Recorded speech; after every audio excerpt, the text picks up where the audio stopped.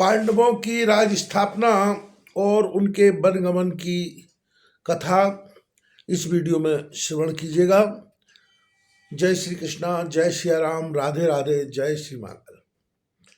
जब द्रौपदी ब्याह कर पांडवों की भार्या बन उनके घर आई तो नारद जी पधारे और कहा, तुम 5 और द्रौपदी 1 है, कहीं द्रौपदी के कारण तुम भाइयों में संघर्ष न हो जाए, अतः तुम बारी बारी से द्रौपदी को अपने पास रखो।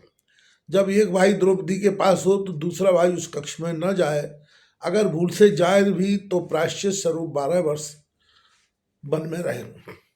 दुर्योधन ने धृतराष्ट्र को द्रौपदी स्वयंवर की कथा सुनाई। उसने कहा कि हमारे मिस्त्रियों ने पांडवों को बचाने के लिए लाक्षागृह में सुरंग बना दी थी, अन्यथा पांडव जलकर भस्म हो जाते।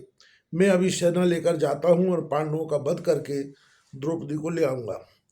दुर्योधन की बातों पर भीष्म और विदुर को बड़ा क्रोध आया।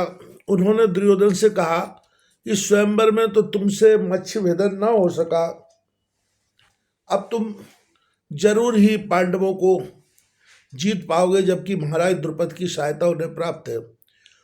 उन्होंने धृतराष्ट्र से कहा कि तुम अपने दुष्ट पुत्र दुर्योधन की बात मानकर कुल को कलंक मत लगाओ, तुम्हें पांडु पुत्रों से प्रेम करना चाहिए।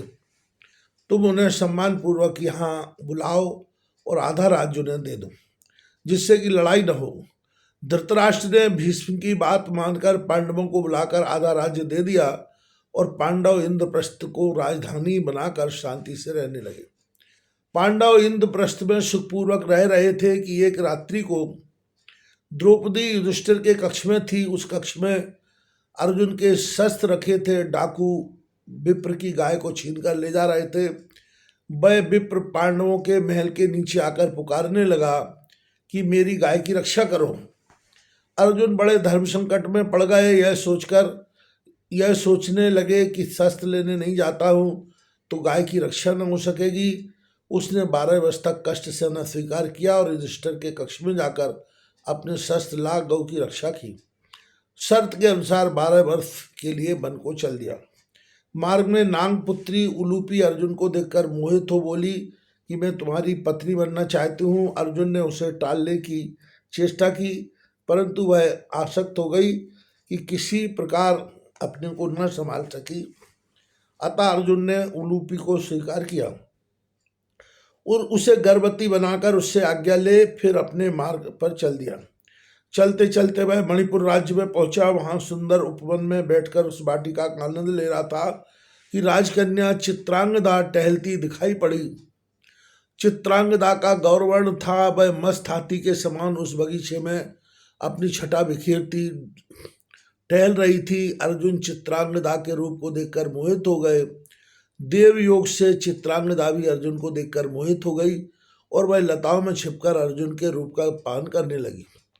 जब राजकुमारी अपने महलों को चली गई तो अर्जुन ने राजकन्या के पिता से जाकर चित्रांगदा से विवाह करने की इच्छा प्रकट की। राजा ने अर्जुन को अपनी पुत्री के लिए योग्य समझा और बोला, मेरे यही कन्या है, अगर इसे आप ले जाओगे तो फिर मेरा राज्य चलाने के लिए कोई न रहेगा। अतः यदि आप वचन दें कि चित्रांगदा से उत्पन्न संतान को आप मेरे पास छोड़े तो मैं अपनी पुत्री आपके हाथों सौंपने को तैयार हूँ। वचन देने पर चित्रांगदा से अर्जुन का विवाह कर दिया और फिर कई वर्ष तक अर्जुन सुखपूर्वक रहे। चित्रांगदा के गर्भ से बब्रू वाहन नामक पुत्र उत्पन्न हुआ। इस प्रकार राजवंश चलाने के लिए बब्रू वाहन को प्रदान करके अर्जुन और आगे बढ़े। वैशंपायन जी बोले, अर्जुन मणिपुर से सोमभद्र पहुंचे। स्नान करने के लिए जैसे ही उन्होंने नदी में प्रवेश किया कि ग्राही ने इनका पैर पकड़ लिया।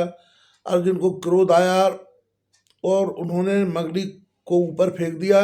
बस जैसे ही भूमि पर गिरी कि सुंदर नारी बनकर अर्जुन से बोली, हम 5 महीने हैं, हमने एक ऋषि का तप भंग के लिए उनके साथ आलिंगन किया। इस पर ऋषि ने हमें शाप देकर मगड़ी बना दिया।